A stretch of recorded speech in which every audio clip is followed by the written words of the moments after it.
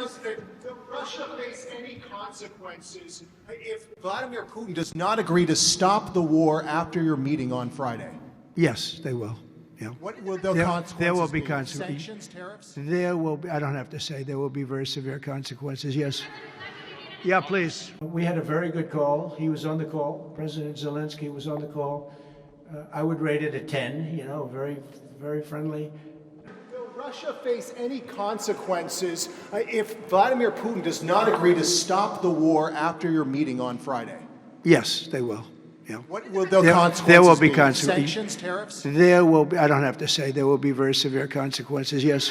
That will go rapidly, relatively inexpensively, and will make it better than it ever was. How were your calls this morning with European leaders, and was it your call not to invite President Zelensky to your meeting with Putin?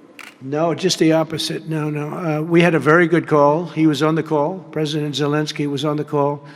I would rate it a 10, very, very friendly.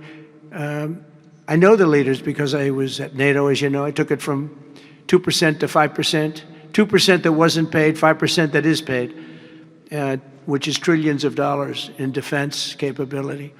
No, it was always going to be, I was going to meet with President Putin, and then after that, I'm going to call the leaders and President Zelensky. I'm going to call President Zelensky, and then I'll call, probably in that order, the leaders.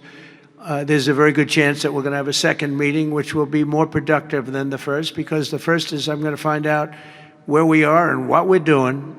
Again, this is Biden's war. This isn't my war. He got us into this thing, and it should have never happened. This war would have never happened if I were president.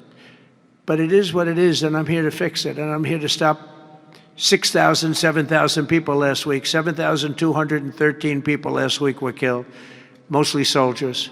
But missiles being lobbed into towns don't exactly help either, but mostly soldiers. And Ukrainian and Russian, they're not American soldiers, but if we can save a lot of lives, it would be a great thing. I've stopped 5 wars in the last 6 months.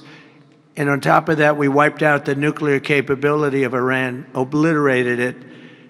It's turned out to be a correct word, by the way, because some of the press said, well, maybe it wasn't obliteration. It was obliteration.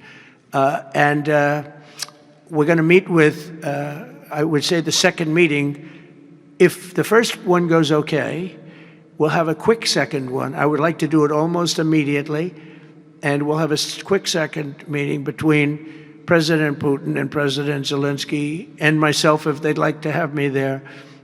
And that would be a meeting where maybe it could be absolutely work. But the first meeting will not work that out. Certain great things can be gained in the first. It's going to be a very important meeting. But it's setting the table for the second meeting. I think the second meeting, if the second meeting takes place. Now, there may be no second meeting, because if I feel that it's not appropriate to have it because I didn't get the answers that we have to have, then we're not going to have a second meeting. There's new reporting that the Russians have hacked into some computer systems that manage U.S. federal court documents. I wonder if you've seen this reporting and if you plan to bring it up with Putin when you see him. I guess I could. Are you surprised? Are you surprised? They hack in. That's what they do. They're good at it. We're good at it. We're actually better at it. But no, I have heard about it. I have heard about it.